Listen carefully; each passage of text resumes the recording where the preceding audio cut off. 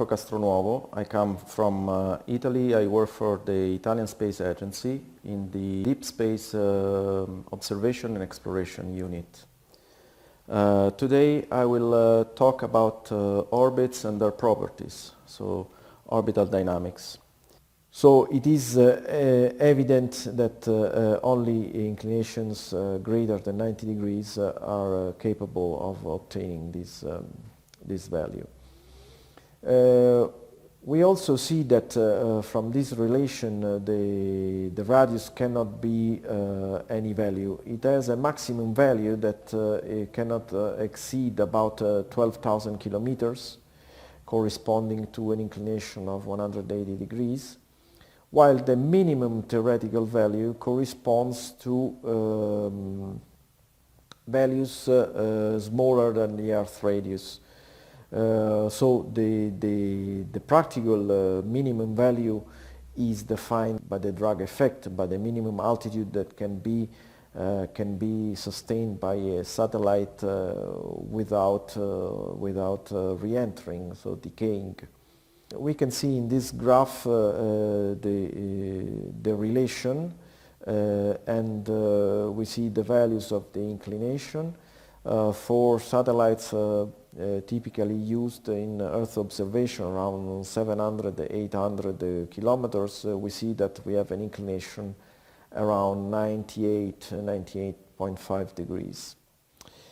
We can see also a small animation reproducing the sun-synchronous orbit.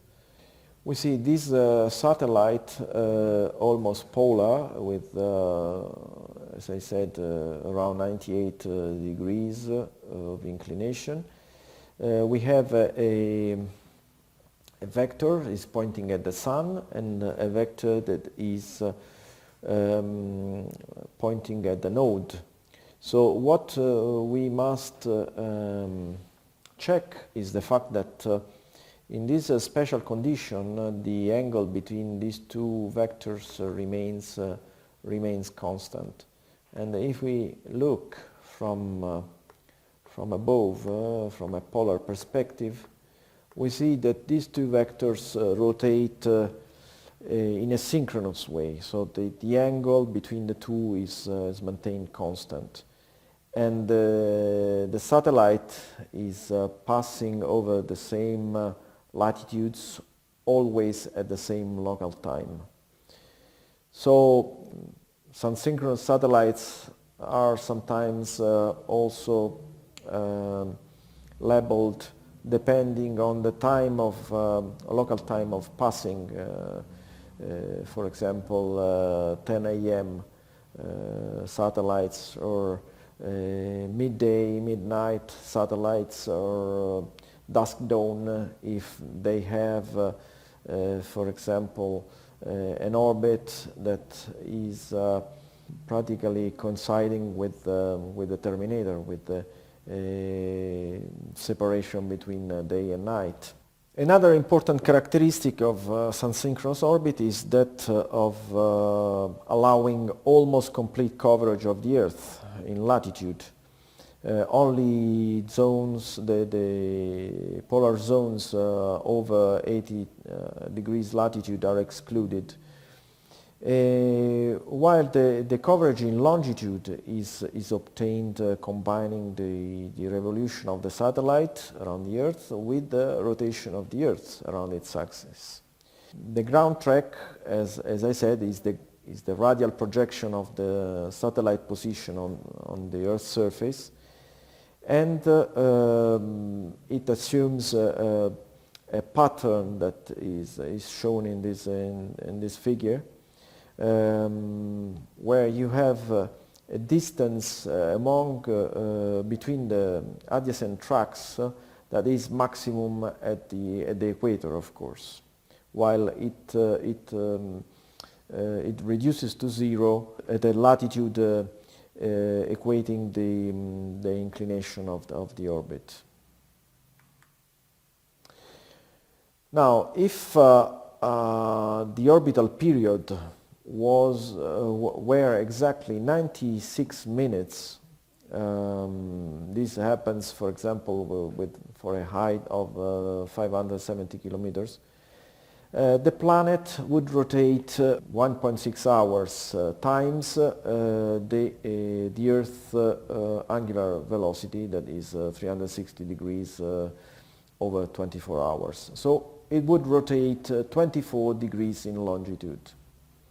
Now, after 15 orbits, the satellite would fly again over the same on the same orbit that it had flown 24 hours before. So the ground track of the orbit number 16 would coincide with that of orbit number 1. So in this case, the satellite could not observe the areas of the Earth's surface between the tracks that are separated by 24 degrees in longitude. That corresponds to about 2,700 kilometers at the equator. This, unless the satellite was equipped with a sensor with a very wide field of view. But this, on the other side, implies a very low resolution sensor. Now, in this case, the frequency of observation on the same area would be once per day. So every day, always at the same local time, the satellite would observe the same area. Now, if we change the orbital period, increasing or decreasing it, it is possible to change the number of tracks that are traveled during one day. For example, if we increase the orbital period to 100 minutes, this would correspond to a displacement of 25 degrees. So 2,800 kilometers at the equator.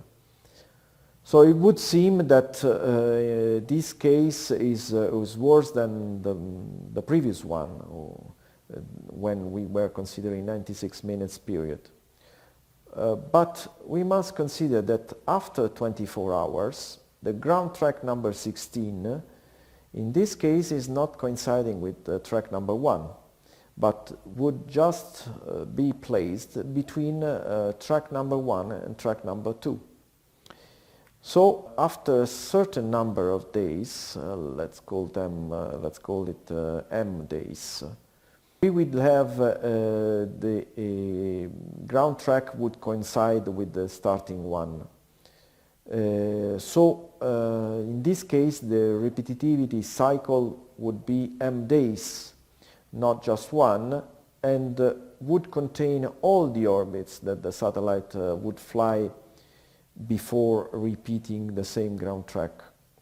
So in this case, we would have a pattern of much denser ground tracks.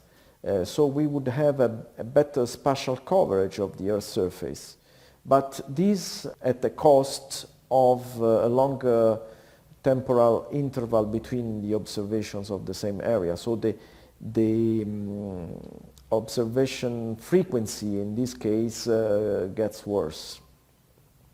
So in general, cycle period is inversely proportional to the distance between two adjacent tracks. Now, in case of a sensor with a narrow scan angle, as it is for most of Earth research satellites, the requirement of global coverage results in a distance between adjacent tracks of let's say 1-2 degrees in longitude, and the repetitivity cycle gets high up to 26 days depending on the specific system. For example, in case of Landsat, that is a series of US Earth resources satellites going on for a long time. We had a repetitivity cycle of 16 days. So it means that the track was traveled again at intervals of 16 days. It can be noted that two adjacent tracks are traveled after 7 days, or this in the west direction, while on m-7 days towards east. In the first generation of Landsat, the interval between adjacent tracks was only 1 day because it had a slightly different pattern. So consecutive tracks are quite far apart, but after the pattern has been completed, the whole set of tracks are very dense and allow a good spatial coverage of the Earth.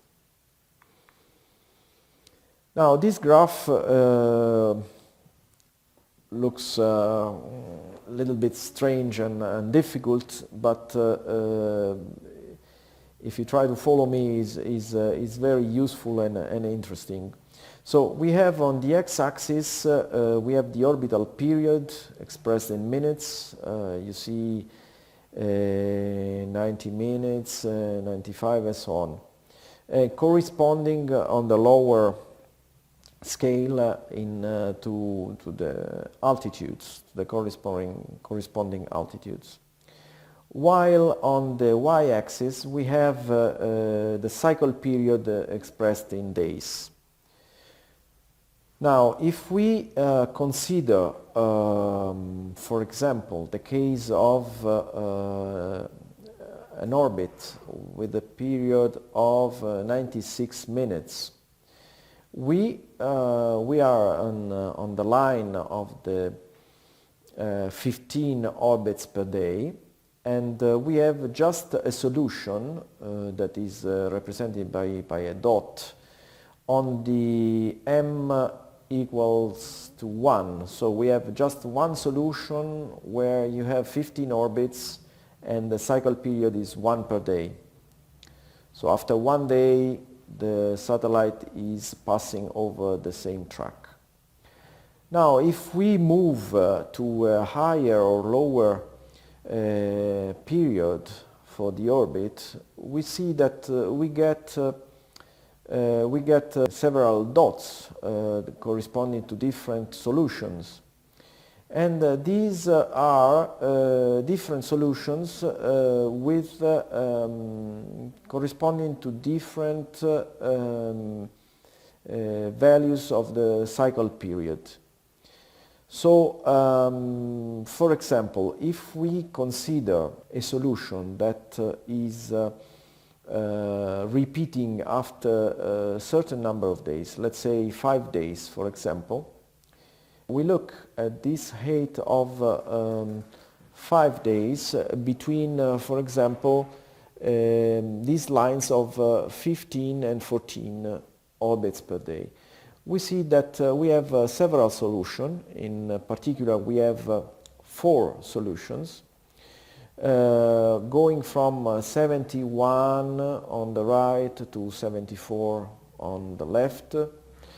This is the number of orbits required to complete the pattern. So if we just as an example we focus on 74, this means that we have a solution of 74 orbits traveled in 5 days, and this corresponds to